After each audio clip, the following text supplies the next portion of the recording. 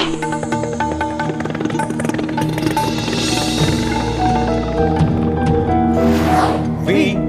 the people of India, having solemnly resolved to constitute India into a sovereign, socialist, secular, democratic republic, and to secure to all its citizens. শুরু করলাম আজকের চতুর্থ স্তম্ভ। আমি সুচন্দ্রিমা, নমস্কার। কে বলিল হত্যাকাণ্ড পাপ, এ জগৎ মহা হত্যাশালা। জানো নাকি প্রত্যেক পলক পাতে লক্ষ কোটি প্রাণী চির আঁখি মুদিতেছে, সে কাহার খেলা? হত্যা খচিত এই ধরনের ধুলি, প্রতি পদে চরণে দলিত শতকীট, তাহারা কি জীব নহে? রক্তের অক্ষরে অবিশ্রাম লিখিতেছে বৃদ্ধ মহাকাল, বিশ্বপত্রে জীবের ক্ষণিক ইতিহাস। হত্যা অরণ্যের মাঝে, হত্যা লোকালয়, হত্যা বিহঙ্গের নীরে, কীটের গহ্বরে, অগাধ সাগর জলে, নির্মল আকাশে, হত্যা জীবিকার তরে, হত্যা খেলার ছলে, হত্যা অকারণে, হত্যা অনিচ্ছার বশে।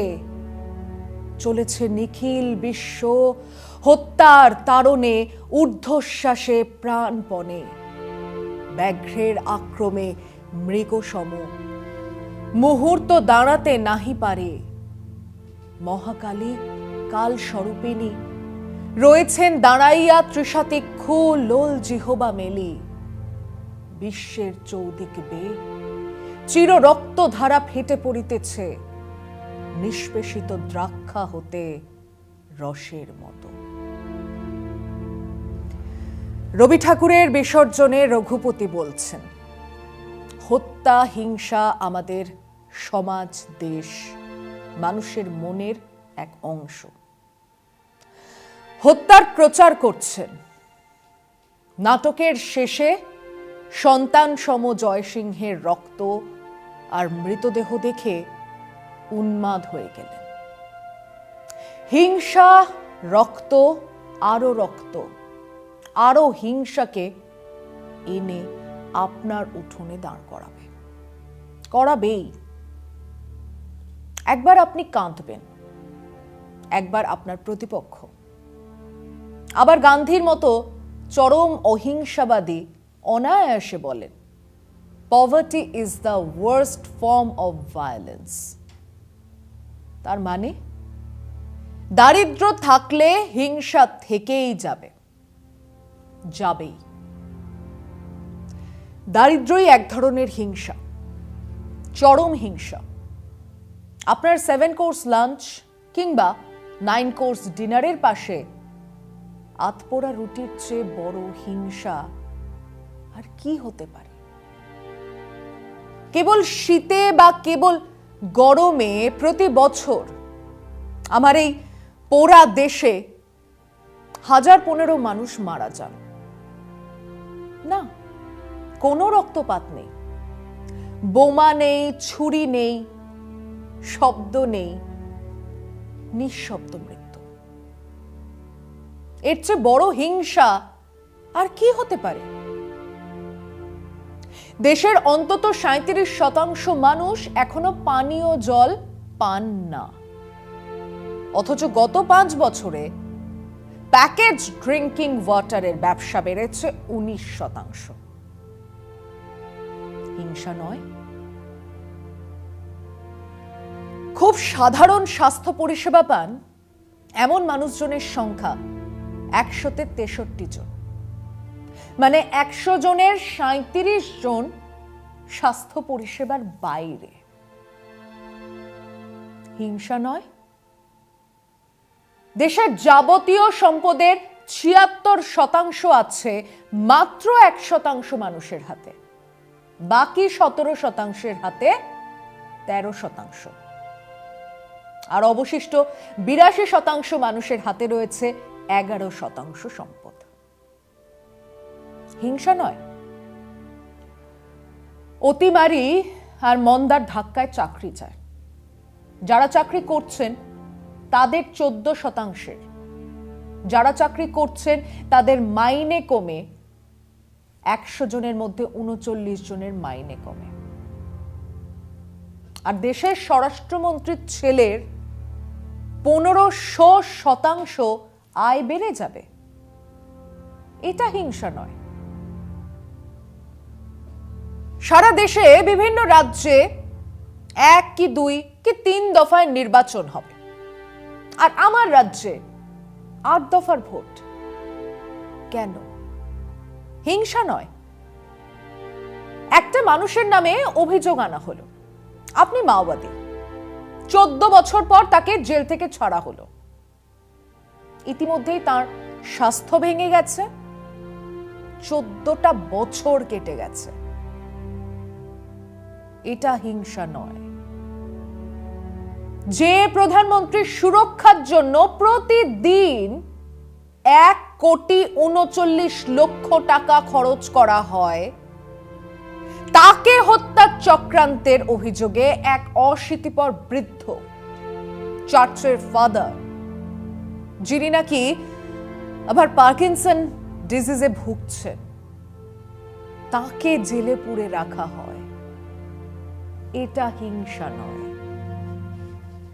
দেশের প্রধানমন্ত্রীর জন্য নতুন ঘর তৈরি হচ্ছে, সে টাকায় দেশের প্রত্যেকটা মানুষকে কোভিড ভ্যাকসিন দেওয়া যেত, দেওয়া হচ্ছে না। এটা হিংসা নয়। এবং গান্ধীজি ঠিকই বলেছিলেন, দারিদ্র হচ্ছে সবচেয়ে বড় হিংসা। এই মুহূর্তে সারা রাজ্য জুড়ে যখন আলোচনা চলছে হিংসার, তখন তাকিয়ে দেখুন হিংসায় কাদের ঘর চলছে, কাদের বাড়ি ভাঙা হচ্ছে, কারা মারা যাচ্ছে এবং কারা ঘর জ্বালাচ্ছে, কারা বাড়ি ভাঙছে, কারা মানুষ পেটাচ্ছে। দুপক্ষই দরিদ্র। দুপক্ষের কারোর জীবনযাত্রা নিম্ন মধ্যবিত্তের ওপরে নয়, অথচ বাম ডান চরম দক্ষিণপন্থী মিলিয়ে যারা এবার নির্বাচনে দাঁড়িয়েছিলেন তাদের 63% কোটিপতি, 84% লক্ষপতি তো বটেই। এদিকে আমার এই বাংলার মানুষের ন্যূনতম রোজগার তো ছেড়েই দিন, পার ক্যাপিটা ইনকাম, মাথা পিছু রোজগার বছরে 68,000 টাকা, মানে মাসে 5,000 টাকার একটু বেশি। আমাদের কোটিপতি নেতাদের রাজনীতির জন্য যারা পাড়ায় পাড়ায় লড়ে মরছে, তাদের রোজগার তার চেয়েও কম হলে অবাক হব না। এটাও হিংসার এক স্বরূপ। হিংসার স্বরূপের পাশাপাশি জানা দরকার হিংসার উৎসকেও। বলবো একটা বিরতির পর। সেই দিলীপ ঘোষ ফলাফল বের হবার আগে সাম্প্রতিক কালে কি বলেছিলেন, বা বলা ভালো কি কি বলেছিলেন? ছাল ছাড়িয়ে নুন মাখিয়ে রেখে দেব। হ্যাঁ, জনসভায় বলেছিলেন। সামনে বিজেপির সমর্থকরা উল্লাসে ফেটে পড়ছিল। পরিবর্তন আসছে, যারা এখন হাওয়া বুঝতে পারছেন না, চাপড়া মোটা হয়ে গেছে, আমি বলি সব তেল খুলে দেবো, সব ঘি হয়ে যাবে, চাপড়া পাতলা করে। নেরি কুত্তার মতো তাড়া করে মারবো বলে দিচ্ছি। কাদের? সবাই জানে। সামনের দর্শক বিজেপির সমর্থকরাও জানত। জিতলে দিলীপ বাবু তো নেরি কুত্তার মতো তাড়া করতেন না, ওই দর্শকরা ওই সমর্থকরাই করত। এই হিংসা বন্ধ করুন। এটা বলার সঙ্গে সঙ্গে এই হিংসার স্বরূপটাও বোঝা দরকার, হিংসার উৎসটাও জানা দরকার। এ বাংলার বিজেপির সর্বোচ্চ নেতা, যিনি আজ জেপি নাড্ডা সহ বিজেপি বিধায়কদের শপথ গ্রহণ করালেন। যাকে, একমাত্র যাকে মঞ্চ থেকে সার্টিফিকেট দিয়েছেন নরেন্দ্র ভাই দামোদর দাস মোদী, সেই দিলীপ ঘোষ। ফলাফল বের হবার আগে সাম্প্রতিক কালে কি বলেছিলেন, বা বলা ভালো কি কি বলেছিলেন? ছাল ছাড়িয়ে নুন মাখিয়ে রেখে দেব। হ্যাঁ, জনসভায় বলেছিলেন। সামনে বিজেপির সমর্থকরা উল্লাসে ফেটে পড়ছিল। পরিবর্তন আসছে, যারা এখন হাওয়া বুঝতে পারছেন না, চাপড়া মোটা হয়ে গেছে, আমি বলছি সব তেল খুলে দেবো, সব ঘি ধরে যাবে, চাপড়া পাতলা করে দেবো। নেরি কুত্তার মতো তাড়া করে মারবো বলে দিচ্ছি। কাদের? সবাই জানে। সামনের দর্শক, বিজেপির সমর্থকরাও জানত। জিতলে দিলীপ বাবু তো নেরি কুত্তার মতো তাড়া করতেন না, ওই দর্শকরা, ওই সমর্থকরাই করত, যারা নিজেরা ইচ্ছে করে অন্য কারোর গায়ে পড়ছে গিয়ে।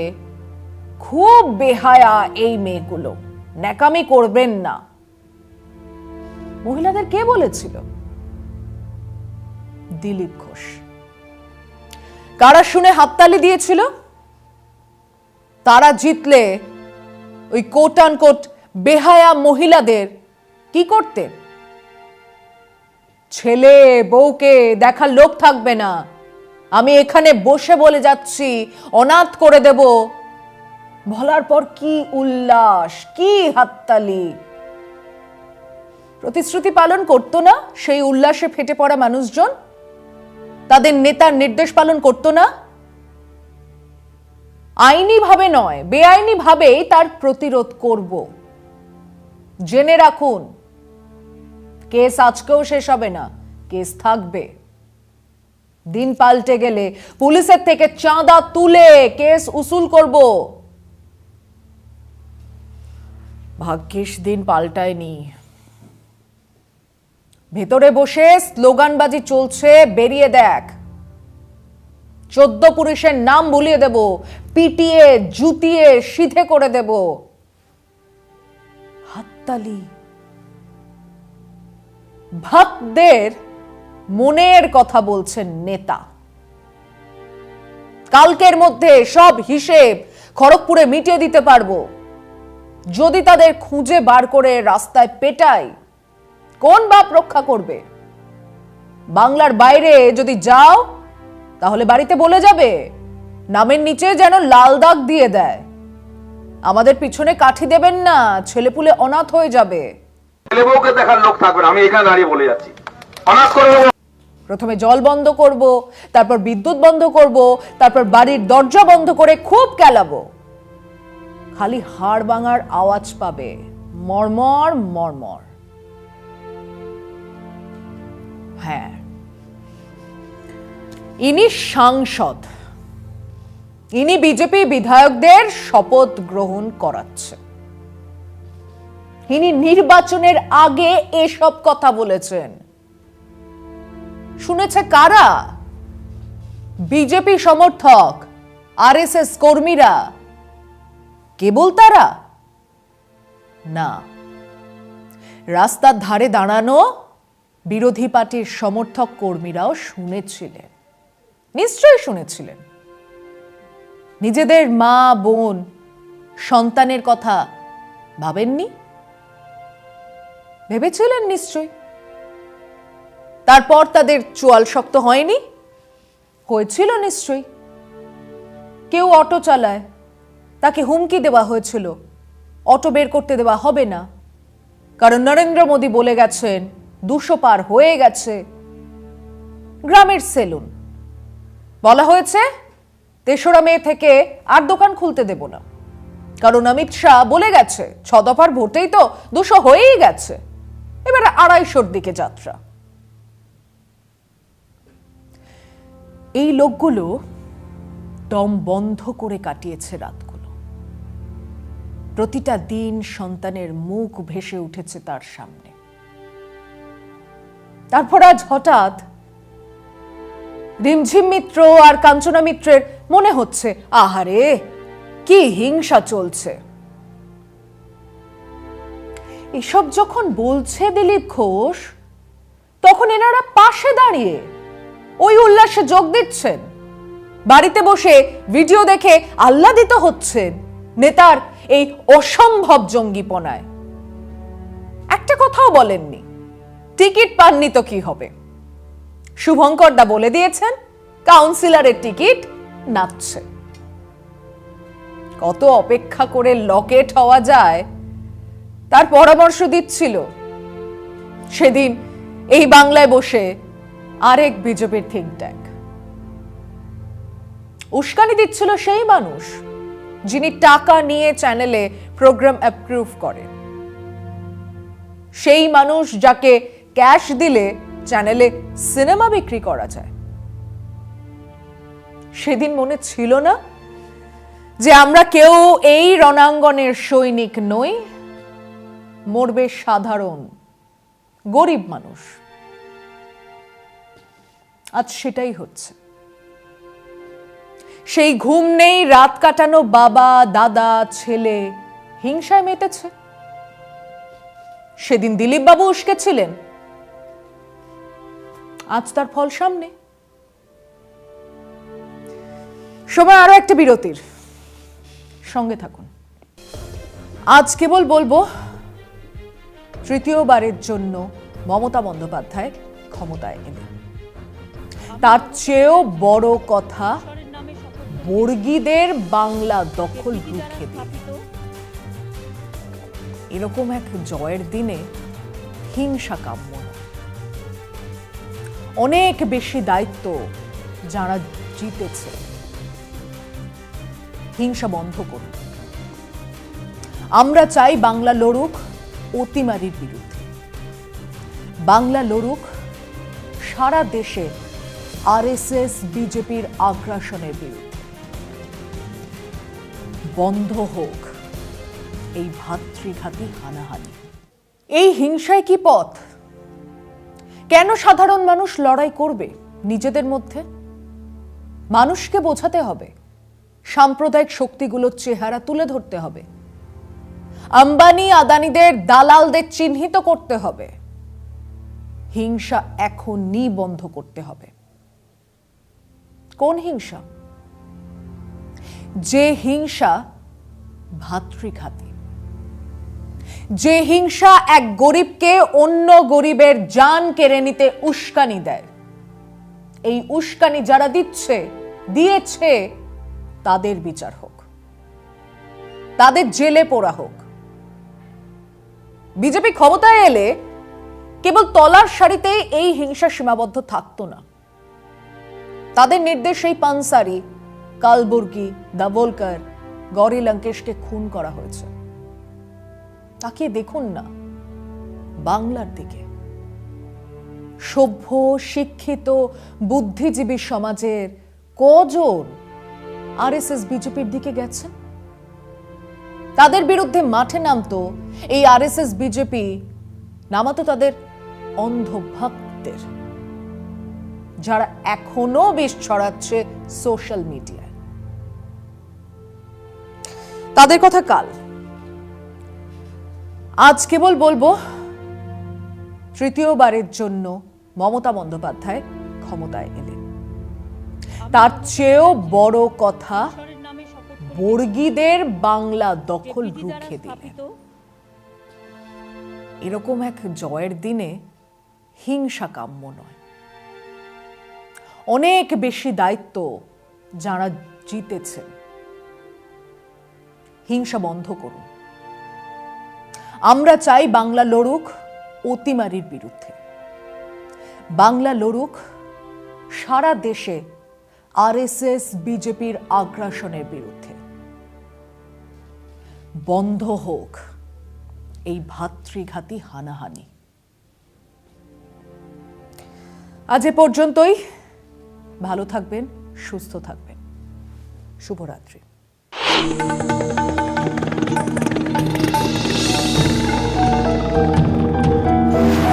We, the people of India, having solemnly resolved to constitute India into a sovereign, socialist, secular, democratic republic, and to secure to all its citizens